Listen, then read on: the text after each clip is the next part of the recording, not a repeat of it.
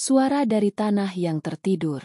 Malam itu, hujan turun perlahan di lereng barat Gunung Lawu. Kabut tipis menutupi pepohonan pinus, dan di antara suara serangga malam, samar-samar terdengar gamelan dari kejauhan, seolah waktu berputar mundur. Arga, seorang peneliti muda sejarah Jawa, mendaki jalan setapak menuju dusun Candi Seta, tempat yang jarang dikunjungi manusia. Ia membawa catatan kuno peninggalan kakeknya, seorang dalang yang pernah berkata, "Nak, bila kau ingin tahu di mana ruh Nusantara bersembunyi, dengarlah tanah berbicara." Candi Seta adalah desa tua yang terletak di tepian hutan. Rumah-rumah kayu berdiri rapat, dihiasi ukiran burung garuda dan naga tanah. Warga jarang berbicara pada orang asing. Mereka hidup dengan keyakinan lama, bahwa setiap batu, pohon, dan embusan angin memiliki roh penjaga. Arga datang bukan sebagai penantang, tetapi sebagai pencari makna.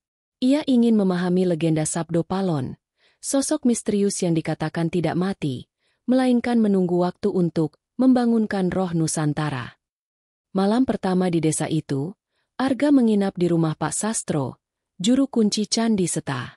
Lelaki tua itu berwajah tenang namun matanya dalam, seperti menyimpan rahasia berabad-abad. Saat api unggun menyala di tengah pendopo, Pak Sastro mulai bercerita. "Sabdo Palon bukan sekadar tokoh legenda," katanya pelan. "Ia adalah suara dari tanah ini. Ketika Majapahit runtuh dan tanah Jawa kehilangan pusatnya, Sabdo Palon berjanji akan kembali, saat manusia tak lagi menghormati asalnya." Arga menulis setiap kata. Namun tiba-tiba, dari balik pepohonan, angin dingin berhembus kuat. Api unggun berkedip, dan suara gamelan kembali terdengar. Lebih jelas kali ini, datang dari arah hutan. Pak Sastro menatap ke gelap malam. "Itu tandanya ia mendengar," katanya dengan nada berat. "Kau datang di waktu yang tak sembarang, Nak Arga. Tanah ini sedang gelisah." Malam semakin larut. Arga terbangun oleh suara langkah di luar. Ketika ia mengintip dari celah jendela, ia melihat sosok berjubah putih berjalan pelan menuju arah candi di atas bukit. Langkahnya tidak menimbulkan suara, dan di sekitarnya, kabut berputar seperti hidup. Ia ingin keluar, namun tubuhnya terasa berat, seolah sesuatu menahannya. Suara dalam kepalanya berbisik, lirih, namun jelas. "Tanah ini tertidur terlalu lama. Dengarlah aku, sabdo dari tanah yang dulu dijanjikan." Keesokan paginya, Arga mendapati bekas tapak kaki basah di tanah, menuju jalur ke puncak Lawu. Pak Sastro sudah menunggu di pendopo, seakan tahu apa yang terjadi. "Kau sudah dipilih untuk mendengar," katanya singkat. "Jangan takut." Ia tidak datang untuk menakuti, tetapi untuk mengingatkan. Hari-hari berikutnya, Arga mulai menelusuri setiap cerita rakyat di sekitar Lawu. Ia mendengar tentang roh bumi yang murka karena manusia melupakan upacara sedekah tanah, tentang sungai yang tiba-tiba berubah warna saat bulan purnama, dan tentang suara gamelan yang hanya terdengar oleh mereka yang masih percaya. Semua itu mengarah pada satu nama, Sabdo Palon, penjaga janji leluhur. Namun semakin ia mencari, semakin sering mimpi-mimpi aneh menghantuinya. Dalam tidurnya, ia melihat kerajaan besar terbakar, bendera Majapahit roboh, dan seorang lelaki bermahkota berdiri di antara abu sambil berkata, "Bila tanah ini dilupakan, maka aku akan kembali." Ketika Arga terbangun, udara di sekitarnya selalu berbau dupa dan tanah basah. Perlahan ia mulai percaya bahwa kisah Sabdo Palon bukan sekadar legenda, melainkan pesan yang tersimpan dalam memori bumi. Ia merasakan getarannya saat berdiri di atas batu candi yang tua, seolah ada denyut kehidupan di bawahnya. Dari kejauhan, Gunung Lawu tampak seperti wajah raksasa yang tidur, dan Arga tahu, waktunya hampir tiba bagi tanah itu untuk berbicara kembali.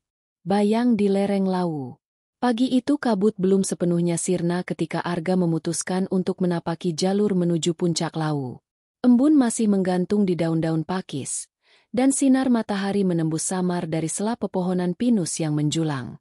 Di belakangnya, suara lonceng kecil yang tergantung di rumah warga masih berdentang pelan, penanda waktu subuh bagi penduduk Candi Seta.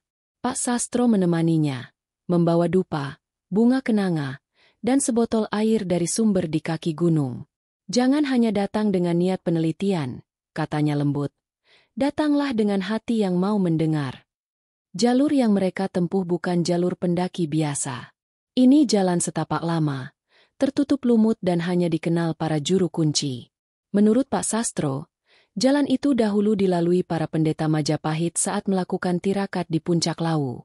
Arga berjalan di belakang, mengamati setiap simbol ukir di batu-batu penanda jalan. Banyak di antaranya bergambar naga yang melingkar, dengan tulisan kuno berhuruf Jawa kuno. Itu lambang penjaga tanah, ujar Pak Sastro sambil menepuk batu itu pelan. Bukan hanya mitos. Setiap ukiran adalah doa yang mengikat roh bumi agar tak meninggalkan tempat ini. Angin tiba-tiba berembus kencang. Dari balik kabut, samar-samar terdengar suara seperti bisikan. Arga berhenti. "Pak, kau dengar itu?" tanyanya. Pak Sastro menatap lurus ke depan. "Yang kau dengar bukan angin. Itu yang menjaga jalur ini. Bila ia membiarkan kita lewat, berarti Sabdo Palon sudah tahu kau datang."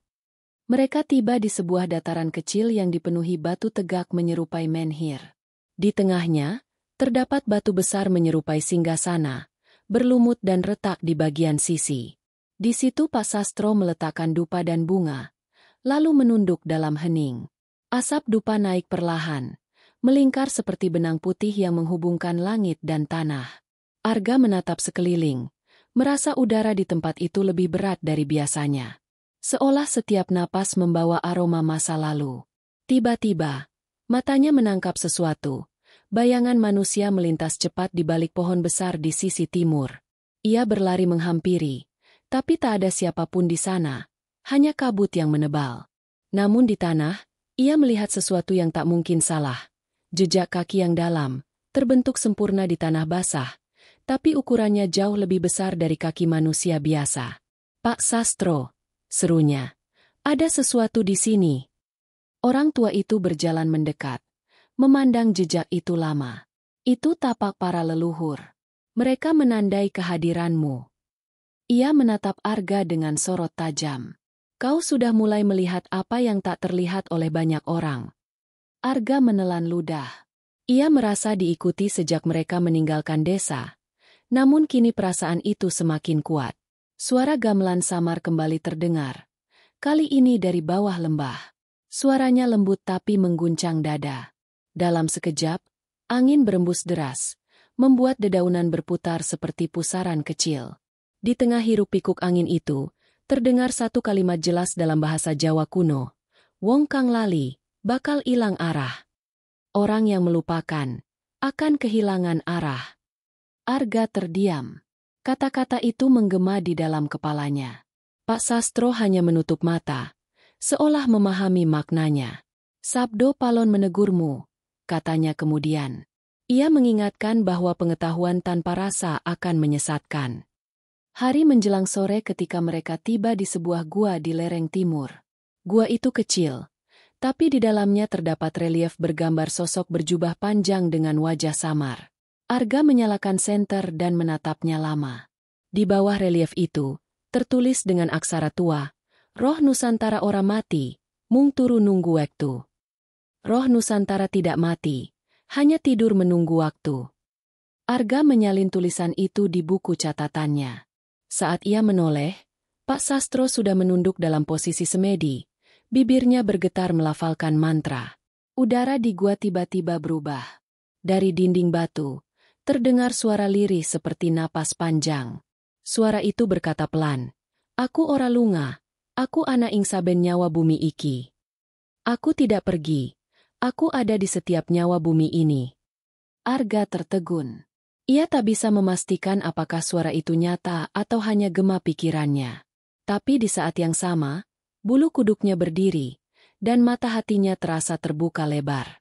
Ia menyadari, mungkin untuk pertama kalinya dalam hidupnya, bahwa yang ia cari bukan hanya sejarah Majapahit, melainkan sisa kesadaran yang hidup dalam tanah, air, dan udara. Saat mereka kembali ke desa menjelang malam, langit di atas Lawu tampak merah keemasan. Pak Sastro berhenti dan menatap puncak gunung. Hari ini kau sudah melihat bayang pertama, ujarnya pelan. Tapi perjalananmu baru dimulai. Sebab untuk memahami roh Nusantara, kau harus siap kehilangan dirimu sendiri. Arga hanya menatap ke arah kabut yang mulai turun. Di balik gemuruh angin, ia merasa seseorang, atau sesuatu, mengawasinya dari jauh, menunggu saat yang tepat untuk menampakkan diri sepenuhnya. Malam turun perlahan di Candi Seta, membawa bisikan yang sama seperti semalam. Tanah ini belum selesai berbicara. Sabda dari angin selatan. Hari ketiga setelah perjalanan ke lereng Lawu, Arga duduk termenung di pendopo rumah Pak Sastro. Hujan tipis turun sejak pagi, dan kabut menggantung di antara pepohonan. Semalam ia kembali bermimpi, melihat sosok berjubah putih berdiri di tepi laut luas. Wajahnya samar, namun suaranya bergema di udara. Turunlah ke selatan. Di sana angin masih membawa suara yang belum selesai. Ketika terbangun, dada Arga terasa sesak seolah mimpi itu bukan sekadar bunga tidur, melainkan panggilan nyata. Pak Sastro mendengarkan ceritanya dengan tatapan tenang. Laut selatan adalah gerbang antara dunia manusia dan roh, katanya pelan. Bila Sabdo Palon memanggilmu ke sana, berarti kau diminta mendengar sabda yang dulu tertiup bersama angin kerajaan yang runtuh. Ia menatap jauh ke arah timur, ke jalan panjang yang mengarah keluar desa. Pergilah. Tapi ingat, laut tidak hanya berbicara lewat ombak, kadang ia berbicara lewat sunyi. Perjalanan Arga menuju pesisir selatan memakan 2 hari. Ia menumpang truk sayur hingga tiba di sebuah daerah bernama Parangjati, desa kecil yang berbatasan langsung dengan pantai yang masih sepi dan liar. Di sana, angin laut berhembus kencang, membawa aroma garam dan misteri. Warga setempat hidup sederhana, namun banyak yang menolak berbicara ketika Arga menanyakan tentang suara gamelan atau tanda-tanda gaib. Hanya seorang perempuan tua, Nyai Saminem, yang mau membuka pintu rumahnya. Nyai Saminem bercerita sambil menatap keluar jendela. Kadang, saat malam bulan purnama, kami mendengar gamelan dari tengah laut. Suaranya lembut, tapi juga sedih. Orang bilang itu suara para penjaga samudra yang sedang memanggil roh Majapahit. Kau hati-hati, nak. Laut selatan bukan tempat untuk menantang. Arga menunduk hormat. Saya tidak datang untuk menantang, Nyai. Saya datang untuk mendengar. Malam itu, ia berjalan sendirian ke tepi pantai. Ombak memukul karang, dan langit tampak luas tanpa bintang. Di kejauhan, angin berputar dan membawa aroma dupa yang samar, padahal tak ada siapapun di sana. Ia berdiri lama, menatap ombak yang berkilau oleh cahaya bulan separuh. Lalu dari arah laut terdengar gamelan, perlahan-lahan mendekat, disertai nyanyian perempuan dengan bahasa yang tak ia kenal. Suaranya datang bersama angin, dan dari dalam ombak muncul siluet seorang perempuan berambut panjang, mengenakan kain putih yang berpendar halus. Siapa kau? Tanya Arga. Suaranya nyaris tak terdengar. Sosok itu tersenyum tipis. Matanya bening seperti air laut. Aku bagian dari janji lama. Sabdo Palon menitipkan suaranya padaku ketika kerajaan jatuh ke tanah. Aku bukan dewi, bukan bayangan. Aku hanya penjaga arah selatan, penjaga suara bumi yang tersapu gelombang. Angin mendesir di sekitarnya. Ombak berputar lembut di kaki Arga, tapi tak membasahi sepatunya. Sabdo Palon berkata padaku, lanjut sosok itu, bahwa manusia akan melupakan asalnya. Mereka akan menebang tanpa memberi, menimba tanpa berterima kasih. Dan ketika itu terjadi, roh tanah, air, dan angin akan pergi. Dunia akan kehilangan napasnya. Ia menatap Arga dalam-dalam. Kau datang untuk mengingatkan mereka, bukan untuk meneliti. Kau harus menulis bukan dengan pena, tapi dengan napasmu. Arga terpaku. Di hadapannya, ombak seperti berhenti sejenak, dan dari langit turun sinar putih tipis yang menyentuh laut. Dalam sinar itu, ia melihat sekilas bayangan Majapahit yang agung, istana megah, bendera berkibar, suara rakyat, dan Sabdo Palon berdiri di tengah alun-alun dengan tangan terangkat ke langit. Lalu semua itu lenyap dalam pusaran air, meninggalkan gema satu kalimat. Roh Nusantara adalah jantung yang berdetak di antara tanah dan laut. Ketika Arga tersadar, laut sudah tenang kembali. Sosok perempuan itu menghilang, hanya meninggalkan harum kenanga di udara. Ia berlutut dan merasakan pasir di bawah tangannya hangat seperti kulit manusia. Dalam keheningan itu, ia mulai memahami, roh Nusantara bukan sekadar mitos, tetapi keseimbangan antara manusia dan alam yang kini retak. Keesokan harinya, ia kembali ke rumah Nyai Saminem. Perempuan tua itu menatapnya lama sebelum berkata, "Kau sudah melihatnya, ya?" Arga mengangguk. "Kalau begitu, dengarkan pesan terakhirku," ujar Nyai Saminem. "Jika kau ingin menemukan Sabdo Palon sepenuhnya, pergilah ke timur. Di sana, di balik reruntuhan candi tua yang ditelan hutan, ada tempat di mana bumi masih menyimpan napasnya." Arga menatap laut sekali lagi sebelum pergi. Ombak masih berdebur, tapi kini ia mendengar sesuatu di balik suaranya. Ritme yang sama dengan detak jantungnya sendiri. Ia tahu perjalanan berikutnya tidak lagi sekadar penelusuran sejarah. Ia sedang menapaki jalan pulang menuju jati diri tanah yang telah lama tertidur. Di langit, awan bergulung perlahan. Angin selatan berhembus membawa bisikan lembut. Sabda sudah diturunkan. Kini waktumu untuk menghidupkannya. Langit merah Majapahit. Angin senja di pantai selatan masih terasa di kulit Arga saat ia menapaki perjalanan ke timur, menuju reruntuhan Candi Sukmawijaya, candi yang disebut Nyai Saminem sebagai tempat di mana bumi masih menyimpan napasnya. Jalan menuju sana melintasi hutan jati yang sunyi, di mana sinar matahari hanya menembus lewat celah daun-daun tua yang bergetar perlahan. Pak Sastro menyusul beberapa hari kemudian, dan bersama mereka membawa dupa, minyak kelapa, serta seikat bunga kantil. Perjalanan ini bukan untuk membuka rahasia, katanya, melainkan untuk mengingat. Ketika mereka tiba di situs candi, sore telah merambat menjadi jingga pekat. Di hadapan mereka terbentang reruntuhan batu hitam yang setengah tertelan lumut, sebagian besar patah, sebagian berdiri miring, seolah menahan waktu yang terlalu berat. Di tengah lapangan kecil itu berdiri gapura besar dengan ukiran naga bermahkota. Arga berjalan mendekat, menyentuh permukaannya yang kasar, lalu merasakan sesuatu, getaran halus di telapak tangan, seperti denyut jantung batu. Tiba-tiba langit berubah warna. Awan bergulung cepat, dan udara di sekitar mereka menjadi berat. Pak Sastro menyalakan dupa di depan gapura dan duduk bersila. "Ia akan datang lewat waktu yang terbalik," ucapnya pelan. "Jangan takut pada apapun yang kau lihat. Ingat, yang akan tampak bukan masa depan, tapi masa yang belum selesai." Asap dupa melingkar naik, menebal, lalu berubah menjadi kabut yang menelan seluruh area. Arga merasakan bumi berguncang pelan di bawah kakinya. Dalam sekejap, langit di atas mereka menjadi merah menyala, seolah terbakar dari dalam. Dari balik kabut, suara gong besar menggema, diikuti tabuhan kendang dan sorak-sorai ribuan orang. Arga menatap sekeliling, dan ia melihatnya. Ia tidak lagi berdiri di antara reruntuhan, melainkan di tengah alun-alun Majapahit. Bangunan megah berdiri di segala arah, bendera kerajaan berkibar di puncak menara, dan bau dupa bercampur bunga cendana memenuhi udara. Di tengah alun-alun, duduk seorang raja tua dengan wajah teduh, Prabu Brawijaya. Di sisi kirinya berdiri sosok berjubah putih, tinggi, dengan mata tajam yang memantulkan sinar api, Sabdo Palon. "Waktu sudah berubah, Gusti," suara Sabdo Palon bergema. "Tanah ini kehilangan iramanya. Manusia mulai melupakan keseimbangan. Bila api dibiarkan membesar, maka tak ada yang tersisa selain abu." Prabu Brawijaya menatapnya dengan mata berat. "Aku tahu, Sabdo. Tapi bagaimana menghentikan api yang berasal dari hati manusia sendiri?"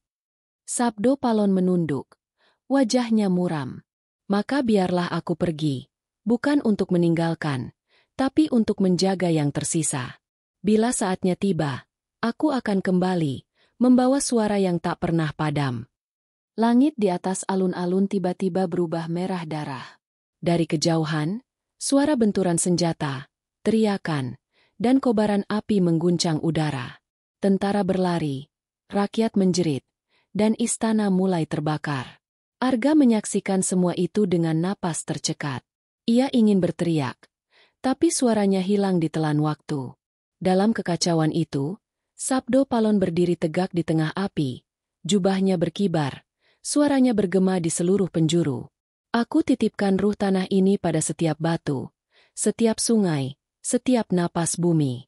Bila manusia lupa pada janjinya, maka aku akan datang lewat angin, lewat laut, lewat hati mereka sendiri. Api menelan segalanya. Arga merasakan panas luar biasa. Namun di tengah kobaran itu, ia melihat Sabdo Palon menatap langsung ke arahnya. Pandangan itu tajam, menembus batas ruang dan waktu. Kau, yang datang dari masa depan, suaranya bergaung.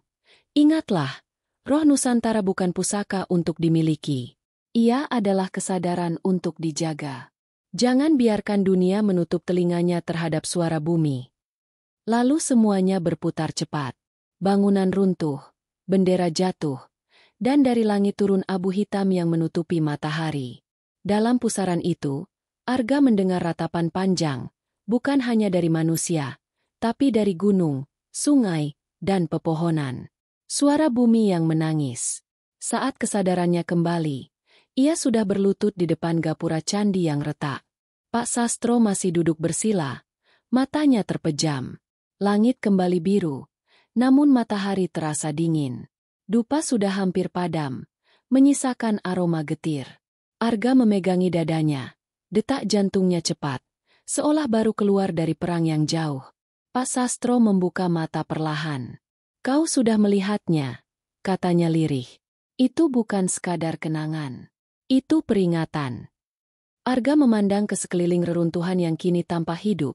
Ia mendengar desir angin seperti bisikan manusia, dan batu-batu di tanah seolah berdenyut lembut. Majapahit tidak pernah benar-benar hilang, ucapnya pelan.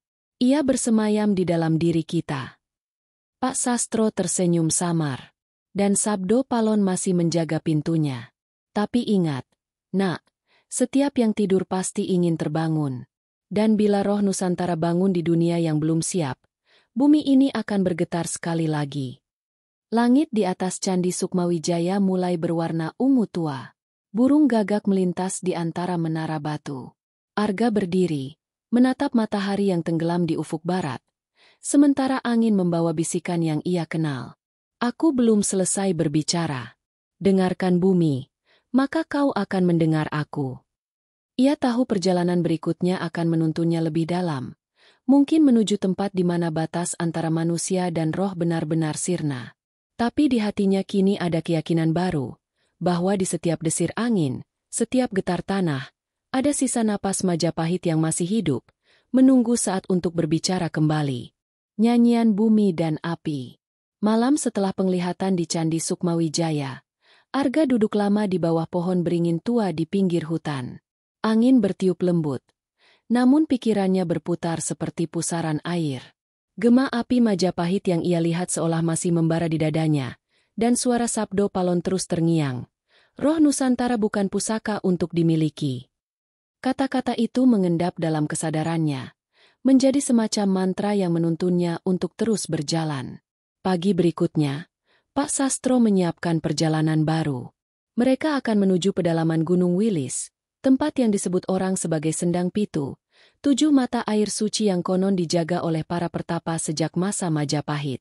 Di sana, bumi masih bernyanyi, kata Pak Sastro sambil mengikat peralatan di punggungnya. Dan bila kau ingin mendengar roh Nusantara sepenuhnya, kau harus mendengar nyanyian itu. Perjalanan menuju Sendang Pitu melewati lembah dan jalan batu yang berliku. Di sepanjang jalan, Arga melihat sawah-sawah kering, hutan yang gundul, dan sungai yang mengalir lemah. Tanah ini kehausan, katanya lirih. Pak Sastro mengangguk.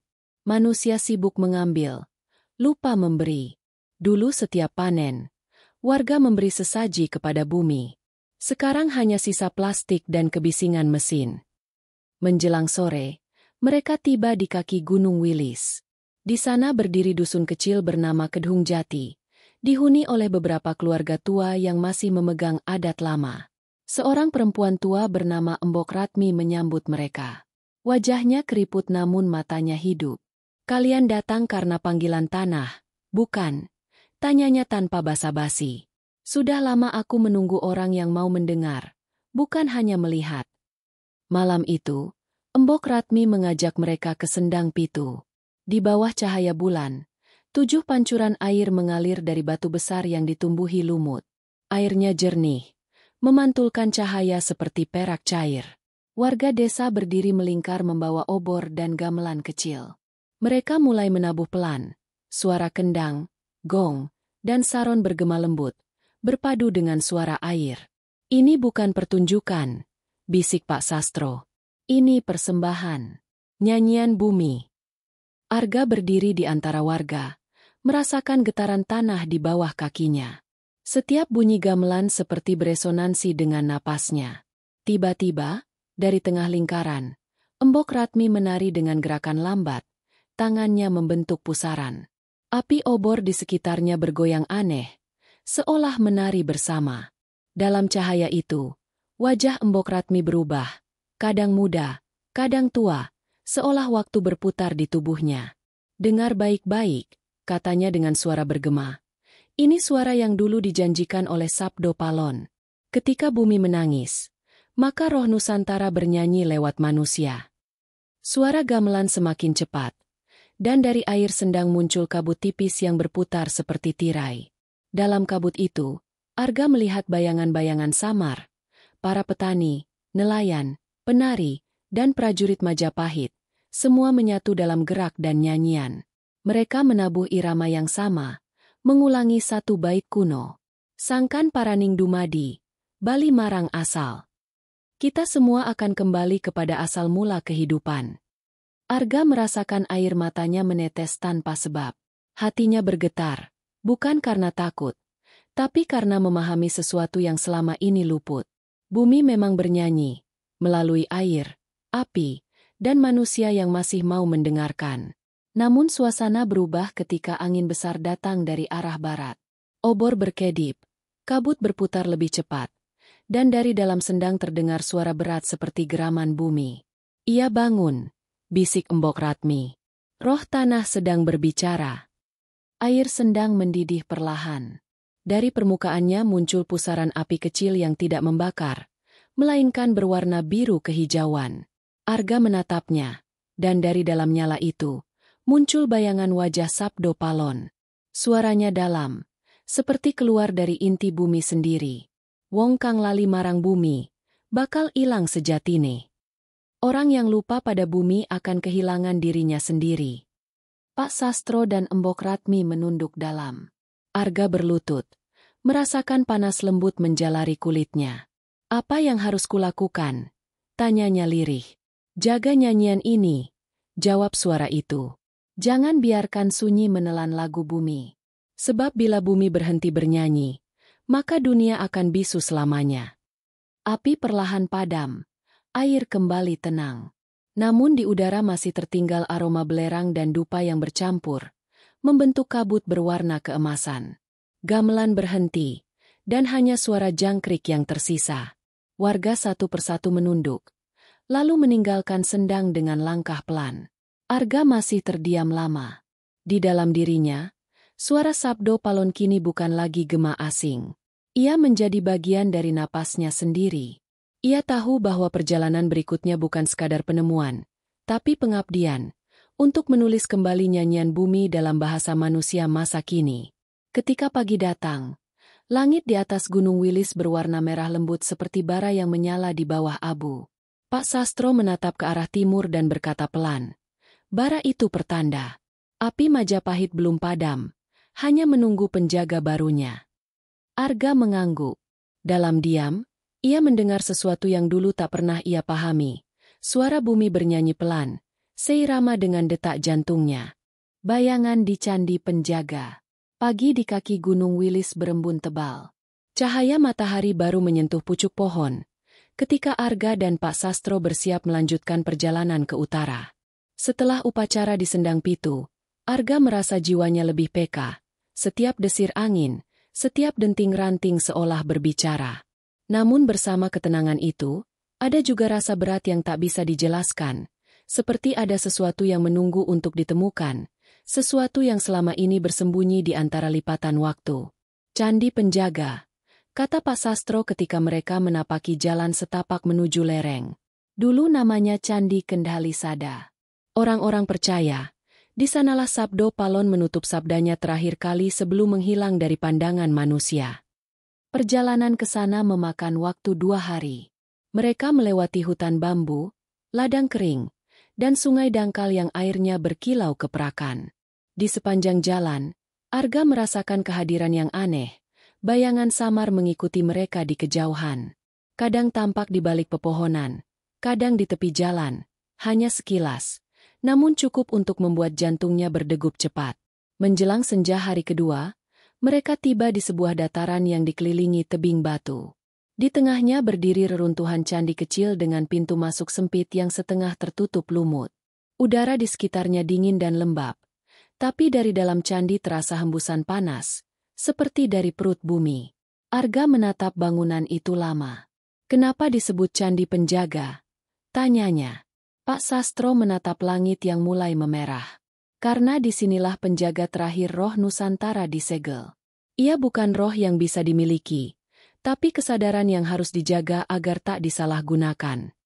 Mereka menyalakan obor dan melangkah masuk. Di dalam, dinding-dindingnya dipenuhi relief. Barisan manusia membawa obor, diikuti seekor naga yang menggigit ekornya sendiri. Di tengah ruangan, berdiri arca batu besar berbentuk manusia berwajah 2, satu menghadap ke timur, satu ke barat. Di bawahnya terukir kalimat dalam aksara Jawa kuno. Sapa kang bisa nyawang cahya ing peteng, bakal ngerti sabda kang ora kasrat. Barang siapa mampu melihat cahaya dalam gelap, dialah yang memahami sabda yang tak tertulis. Arga mendekat. Ketika cahaya obor menyentuh wajah arca, bayangannya bergerak aneh, tidak mengikuti arah api, melainkan bergerak sendiri. Bayangan itu perlahan memanjang di lantai, lalu menegak seperti berdiri di hadapan mereka. Bentuknya menyerupai manusia berjubah panjang, dengan mata berkilau seperti bara. Sabdo Palon, bisik Arga tanpa sadar. Suara berat bergema dari bayangan itu, dalam dan bergulung seperti suara dari dalam tanah. Aku adalah suara yang dijanjikan. Aku bukan tubuh, bukan arca. Aku adalah sabda yang ditinggalkan di dalam waktu. Pak Sastro menunduk dalam-dalam. Kiai Sabdo, anak muda ini mencari makna roh Nusantara. Ia datang dengan hati yang belum bersih, tapi dengan niat yang tulus. Bayangan itu menoleh ke arah Arga. Kau ingin memahami roh Nusantara? Maka dengar, bukan aku yang menunggu manusia, tapi manusia yang menunggu dirinya sendiri. Ketika hati manusia terpisah dari bumi, maka ruh Nusantara menjadi asing di tanahnya sendiri. Arga menelan ludah, berusaha menahan getar di dadanya. Bagaimana caraku menjaga roh ini? Dengan mengingat, jawab suara itu. Bukan dengan ritual, tapi dengan kesadaran. Setiap kali manusia bersyukur pada tanah tempat ia berdiri, setiap kali ia menanam pohon dan menyebut nama leluhurnya, maka sebagian dari roh Nusantara terjaga. Cahaya obor bergetar. Bayangan itu perlahan berpendar, menampakkan wujud samar Sabdo Palon seperti yang dilihat Arga dalam penglihatan di Candi Sukmawijaya. Berjubah putih, bermata tajam, tapi kini dengan senyum tenang. Majapahit bukan sekadar kerajaan. Ia adalah janji. Janji bahwa manusia dan alam adalah satu tubuh. Bila janji itu dilupakan, maka bumi akan retak, dan roh akan pergi.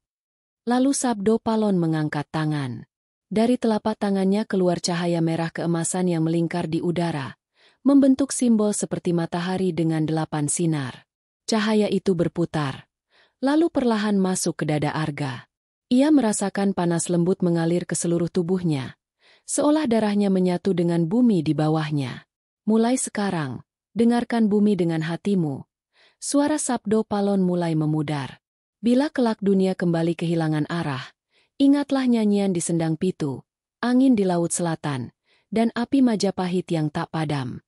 Itulah napas Nusantara. Bayangan itu menghilang perlahan, meninggalkan keheningan berat.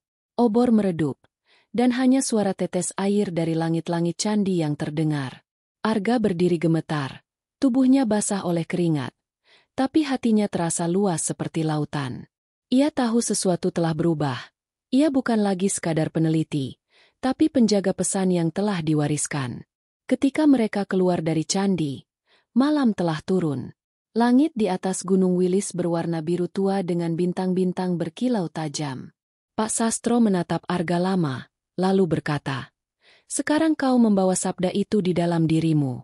Tapi ingat, Nak, semakin besar cahaya yang kau bawa, semakin panjang bayangan yang mengikutimu." Arga menatap ke arah hutan gelap di bawah lereng. Ia tahu bayangan itu masih ada di sana, bukan untuk menakuti, tapi untuk mengingatkan. Dan di kejauhan, samar-samar, terdengar lagi suara gamelan yang dulu ia dengar di Lawu. Kali ini nadanya lembut, bukan dari dunia ini, melainkan dari dalam dirinya sendiri.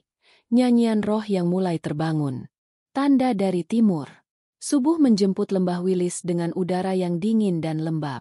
Arga terbangun di gubuk bambu di kaki gunung. Tubuhnya masih terasa berat seolah mimpi di candi penjaga belum sepenuhnya berakhir. Di luar, Pak Sastro sedang duduk di batu besar, membakar kemenyan kecil yang asapnya naik perlahan, seperti tali halus yang menghubungkan bumi dengan langit. "Bangunlah, Nak," katanya tenang. "Hari ini matahari akan membawa tanda dari timur. Saatnya kita menuju puncak Kendali Sada." Arga berdiri perlahan. Dadanya masih terasa hangat. Di dalam dirinya, cahaya merah keemasan yang diberikan Sabdo Palon masih berdenyut lembut, seolah hidup. Ia merasa segala sesuatu di sekitarnya menjadi lebih jelas. Suara serangga, desir daun, bahkan detak jantung bumi di bawah tanah. Namun bersama itu juga muncul rasa takut, seolah setiap langkahnya kini diawasi oleh sesuatu yang lebih besar dari dirinya. Perjalanan menuju puncak tak mudah. Jalanan curam, kabut tebal turun dari atas gunung, dan angin membawa aroma tanah basah bercampur belerang. Pak Sastro berjalan di depan. Tongkat kayunya menjadi penuntun arah. Ia tidak banyak bicara, tapi setiap kali Arga goyah, lelaki tua itu berhenti dan menatapnya, seolah ingin memastikan bahwa semangatnya belum padam. Menjelang tengah hari, kabut tiba-tiba menyingkap.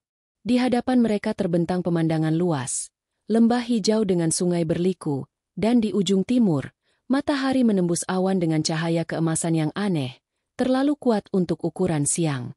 Langit di timur tampak seperti terbakar, namun indah, memantulkan sinar yang menari di permukaan sungai. "Itulah tanda dari timur," bisik Pak Sastro. Dulu, para resi menyebutnya surya kembar. Cahaya yang muncul hanya ketika dunia siap menerima wahyu baru. Banyak yang menyangka itu sekadar fenomena alam, tapi bagi yang mengerti, itu adalah sabda dari langit. Arga menatap lama. Dalam sinar itu, ia melihat sekilas bentuk yang samar, seperti wajah manusia tua, tersenyum, lalu menghilang. Suara samar bergema di telinganya, bukan dari luar, tapi dari dalam pikirannya. "Sampurnaning jaman, kawah wismetu saka daleme bumi. Sempurnalah masa, kawah telah keluar dari perut bumi." Arga terhuyung, namun Pak Sastro menahannya. "Kau melihatnya?" tanyanya. "Ya," jawab Arga pelan. "Seseorang atau sesuatu memanggilku dari cahaya itu." Pak Sastro menatapnya dalam. "Berarti waktunya hampir tiba. Roh Nusantara tidak hanya harus dijaga, ia harus dibangunkan sepenuhnya. Dan untuk itu, kau harus pergi ke Laut Selatan." Arga terdiam. Nama itu menggema di kepalanya seperti mantra. Laut Selatan, tempat mitos, tempat Nyai Roro Kidul bersemayam, tempat laut dan langit menyatu dalam badai. "Apa hubungannya Laut Selatan dengan Sabdo Palon?" tanyanya akhirnya. Pak Sastro tersenyum samar. "Sabdo Palon adalah roh kesadaran, sedangkan Laut Selatan adalah rahim bumi. Bila keduanya bersatu, keseimbangan dunia akan pulih. Tapi hati-hati, Nak, bukan semua yang hidup di sana menerima manusia dengan tangan terbuka." Mereka bermalam di lereng gunung. Malam itu, Arga tak bisa tidur. Di antara suara jangkrik dan angin, ia mendengar gamelan samar dari arah timur, seperti panggilan yang tak pernah selesai. Ia menutup mata, Dan dalam gelap ia melihat dirinya berdiri di tengah samudra luas, dikelilingi ombak raksasa. Dari balik kabut, muncul sosok perempuan berpakaian hijau kebiruan. Wajahnya tenang tapi matanya tajam seperti laut dalam. Arga. Suara itu lembut namun menggema seperti gelombang. Aku telah menunggu sejak Majapahit runtuh. Sabdo Palon telah memberi cahaya padamu, tapi kau belum mengerti maknanya. Roh Nusantara bukan hanya warisan.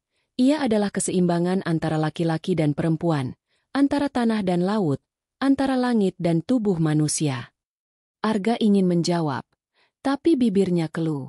Sosok itu mendekat, mengulurkan tangan. Datanglah ke Laut Selatan. Di sanalah sabda akan lengkap. Di sanalah engkau akan tahu mengapa dunia harus diingat kembali. Tiba-tiba ombak besar datang, menelan dirinya. Ia terbangun dengan tubuh basah oleh keringat. Pak Sastro duduk di dekat api unggun, menatapnya tenang. Kau sudah dipanggil, katanya lirih. Tidak semua manusia mendapat kehormatan itu. Tapi ingat, panggilan dari laut selalu membawa harga. Arga menatap api yang berkobar pelan. Dalam setiap nyala, ia melihat kilasan wajah Sabdo Palon, lalu perempuan bergaun hijau, lalu cahaya dari timur yang tak pernah padam. Ia tahu perjalanannya belum berakhir. Justru sekarang semuanya baru dimulai, karena di balik ombak selatan, roh bumi menunggu untuk berbicara. Ketika fajar datang, mereka mulai turun gunung. Cahaya matahari pagi memantul di daun basah, membentuk pelangi kecil di udara. Arga menoleh ke belakang, ke arah puncak yang mulai diselimuti kabut lagi. Ia merasa seolah gunung itu berbisik pelan, mengirimkan doa, agar ia kuat menghadapi gelombang yang akan datang, agar ia mampu menanggung cahaya dan bayangan dalam dirinya sendiri. Di kejauhan, burung-burung beterbangan ke arah timur, mengikuti jalur cahaya yang memanjang di cakrawala. Arga tahu, tanda itu bukan sekadar pertanda alam. Itu adalah panggilan, tanda bahwa roh Nusantara mulai bergerak lagi di bawah langit yang sama, menunggu manusia untuk kembali mendengarkan sabda yang hampir dilupakan. Panggilan dari Laut Selatan. Perjalanan menuju Laut Selatan memakan waktu berhari-hari. Dari lereng Wilis, Arga dan Pak Sastro menuruni lembah, melewati hutan jati, desa-desa tua, dan jalan setapak yang menembus sawah yang mulai menguning. Setiap malam mereka bermalam di rumah penduduk atau di bawah pohon beringin tua, dan setiap kali angin berhembus dari arah selatan, Arga selalu mendengar suara samar yang memanggil namanya. Kadang lembut seperti nyanyian, kadang menggema seperti ombak menghantam karang. Suara itu bukan sekadar panggilan, kata Pak Sastro ketika mereka beristirahat di tepi sungai besar. Itu adalah gema dari laut, dari yang dulu disebut Nyai Lara Kidul, penjaga gerbang selatan dunia. Ia adalah cermin bumi. Nah, jika Sabdo Palon adalah kesadaran, maka Nyai Kidul adalah nafasnya. Arga mendengarkan dalam diam. Ia merasa setiap langkah semakin berat, seolah tanah menahannya agar tak melangkah lebih jauh. Namun rasa ingin tahu dan keyakinan yang tumbuh di dalam dirinya jauh lebih kuat.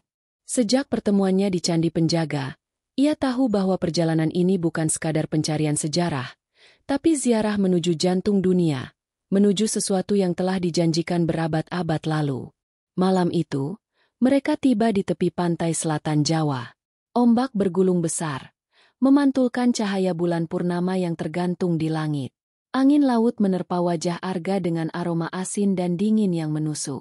Di kejauhan, samar terlihat kilatan cahaya hijau kebiruan di atas ombak, bukan cahaya perahu, tapi cahaya yang bergerak seperti hidup. Pak Sastro menancapkan tongkatnya ke pasir, lalu berlutut. Inilah gerbangnya, katanya lirih. Tempat dunia manusia dan dunia roh bersinggungan. Tapi hati-hati, nak, Laut Selatan tidak menyukai kesombongan. Arga maju beberapa langkah. Ombak menghantam kakinya. Dingin seperti es namun terasa berdenyut hidup. Tiba-tiba, suara dalam kepalanya kembali terdengar. Kali ini lebih jelas dari sebelumnya. Arga, datanglah. Waktunya mendengarkan napas bumi. Angin berhenti. Laut menjadi tenang secara tiba-tiba. Bulan tertutup awan, dan dari tengah samudra muncul kabut hijau yang berputar membentuk pusaran besar.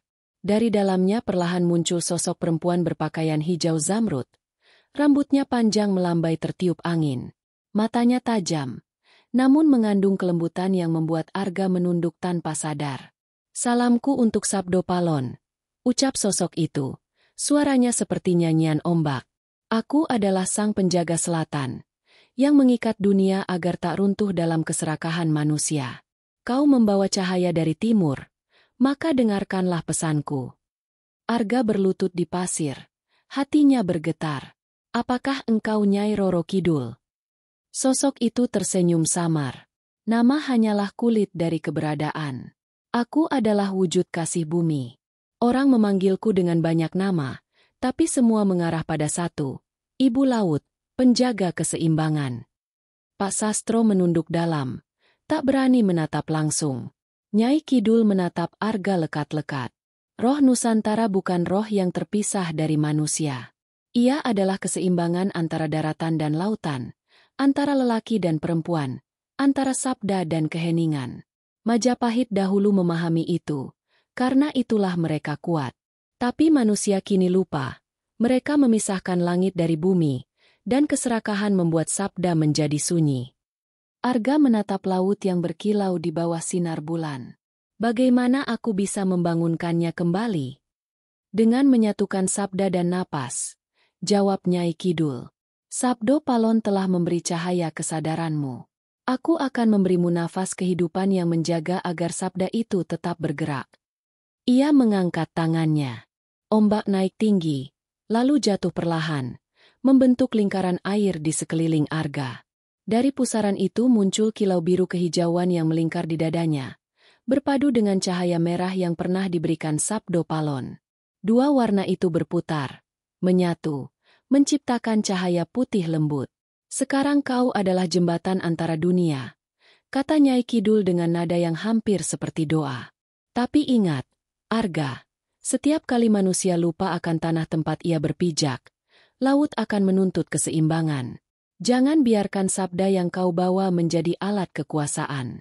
Gunakan untuk mengingatkan manusia akan asalnya." Ombak tiba-tiba berubah liar.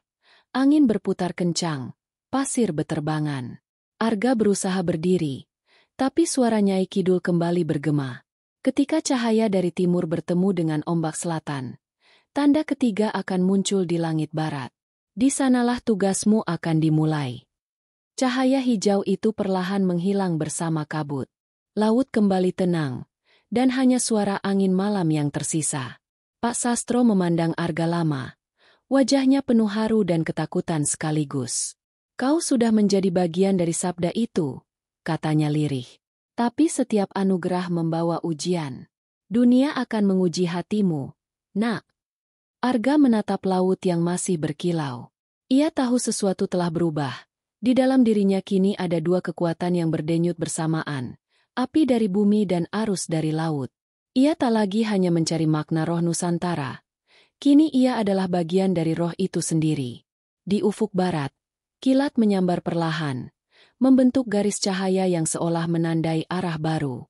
Arga menatap ke sana, menyadari makna pesan terakhir Nyai Kidul. Langit barat menunggu tanda ketiga, dan di sanalah, mungkin, akhir dari semua perjalanan akan menampakkan dirinya. Sabda di langit barat. Senja di pantai selatan menurunkan warna langit seperti bara yang perlahan padam. Setelah pertemuannya dengan sang penjaga laut, Arga dan Pak Sastro beristirahat di sebuah dusun nelayan yang sunyi, tidak jauh dari tebing karang yang disebut Pendapa Samodra.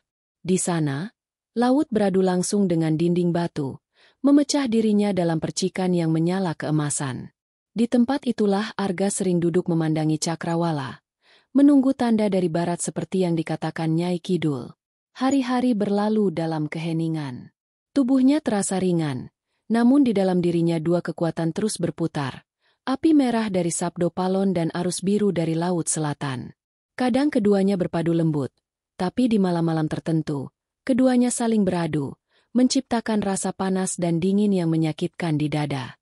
Pak Sastro tahu, perubahan itu bukan hanya fisik, tapi juga batin.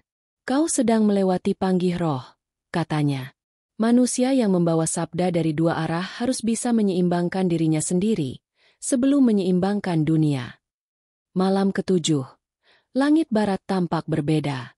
Awan gelap bergerak cepat dari horizon, tapi di tengahnya muncul garis cahaya keemasan yang memanjang, seperti sebuah gerbang yang terbuka di antara dua dunia. Ombak tiba-tiba berhenti, angin lenyap, dan dari arah barat terdengar suara bergemuruh pelan, bukan petir, melainkan seperti ribuan orang membaca doa dalam bahasa yang terlupakan. Arga menatap langit dengan dada bergetar. Ia tahu, ini adalah tanda ketiga. Pak Sastro menatapnya serius. Itu panggilan terakhir. Nak, di sanalah Sabdo Palon akan menguji kesetiaanmu. Kesetiaan pada siapa? Tanya Arga pelan. Pada sabda itu sendiri, jawab sang guru. Bukan pada wujud, bukan pada kuasa, tapi pada makna. Langit semakin gelap. Arga melangkah ke tebing, berdiri di ujung karang tempat ombak memecah. Cahaya dari barat semakin terang, membentuk lingkaran yang menggantung di udara. Dari dalamnya muncul sosok berjubah putih, Sabdo Palon. Kali ini bukan bayangan, melainkan wujud penuh. Di sekelilingnya berputar pusaran cahaya merah dan biru, seperti dua naga yang saling berkejaran. Arga, suaranya menggema lembut namun berkuasa. Engkau telah memegang dua kunci, sabda dari tanah dan nafas dari laut. Tapi keseimbangan dunia tidak hanya dijaga oleh kekuatan, melainkan oleh pilihan. Arga menunduk dalam. Apa yang harus kulakukan, Sang Sabdo? Bumi akan diuji. Manusia telah melupakan perjanjian lama. Mereka menggali tanah tanpa menghormatinya, membelah laut tanpa memahami arusnya. Kini, roh Nusantara menunggu keputusanmu. Apakah akan membiarkan dunia berjalan menuju kerusakan, atau menyalakan kembali kesadaran yang hampir padam? Langit di sekeliling mereka berputar cepat. Arga merasakan tubuhnya ringan, lalu terangkat ke udara bersama pusaran cahaya. Ia melihat seluruh Nusantara di bawahnya, gunung-gunung, hutan, sungai, dan kota-kota yang berkilau dalam cahaya malam. Tapi di sela-sela keindahan itu, ia juga melihat luka, sungai yang menghitam, tanah yang retak, dan manusia yang berjalan tanpa arah. Ia menutup mata. Dalam kegelapan batinnya, muncul wajah Sabdo Palon dan Nyai Kidul, berdiri berseberangan namun saling menatap. Dari keduanya mengalir dua arus cahaya yang bertemu di dada Arga. Suara keduanya menyatu menjadi satu gema yang menggetarkan ruang. Roh Nusantara bukanlah milik masa lalu. Ia hidup selama manusia mau mengingat dirinya sebagai bagian dari alam. Cahaya dari dadanya meledak lembut, meluas ke seluruh langit. Ombak bergerak pelan, gunung-gunung bergetar halus, dan udara dipenuhi kilau lembut seperti debu cahaya. Arga mendengar suara ribuan gamelan yang dimainkan serentak, melodi yang sama dengan yang dulu ia dengar di lereng Lawu, tapi kali ini nadanya utuh, lengkap, dan membawa kedamaian yang sulit dijelaskan. Ketika cahaya mereda, Sabdo Palon berdiri di hadapannya dengan senyum tenang. Engkau telah menjadi manusia penengah, jembatan antara langit, bumi, dan laut. Tapi ingat, sabda bukan untuk dimiliki. Ia harus terus bergerak, dari hati ke hati, dari generasi ke generasi. Lalu apa tugasku sekarang? Tanya Arga pelan. Pergilah ke timur lagi, jawab Sabdo Palon. Bukan untuk mencari, tapi untuk mengajar. Tanamkan sabda itu di hati manusia, bukan di batu atau kitab. Bila manusia kembali mendengar bumi, maka roh Nusantara akan tetap hidup. Sosok Sabdo Palon perlahan memudar, menyatu dengan cahaya langit barat. Ombak kembali bergemuruh, dan Arga terjatuh ke pasir. Ketika ia membuka mata, langit sudah kembali tenang, hanya tersisa warna jingga yang perlahan memudar menjadi malam. Pak Sastro berlari menghampirinya. Sudah selesai? Tanyanya. Arga tersenyum lemah. Bukan selesai, Pak. Baru dimulai. Mereka berjalan kembali menuju desa. Di langit barat, muncul satu bintang terang yang tak pernah ada sebelumnya. Orang-orang nelayan menyebutnya Lintang Sabdo, bintang yang muncul hanya sekali dalam 1000 tahun. Bagi Arga, bintang itu bukan sekadar tanda, melainkan pengingat bahwa setiap manusia membawa bagian kecil dari roh Nusantara di dalam dirinya. Beberapa tahun kemudian, Orang-orang di desa-desa mulai mendengar kisah tentang seorang pengembara muda yang mengajarkan jalan keseimbangan, tentang menghormati bumi, laut, dan udara, serta hidup selaras dengan yang tak terlihat. Tak ada yang tahu namanya pasti, tapi setiap kali ia berbicara, angin terasa lebih sejuk dan tanah menjadi lebih harum. Dan di malam-malam sunyi di tepi pantai, kadang terdengar gamelan samar dari arah barat, seolah dunia sendiri sedang bernyanyi dalam bahasa yang sudah lama terlupakan, bahasa yang dahulu diucapkan oleh Sabdo Palon, kini hidup kembali dalam napas manusia yang mengingat asalnya. Tamat. Sabdo Palon dan Makna Roh Nusantara.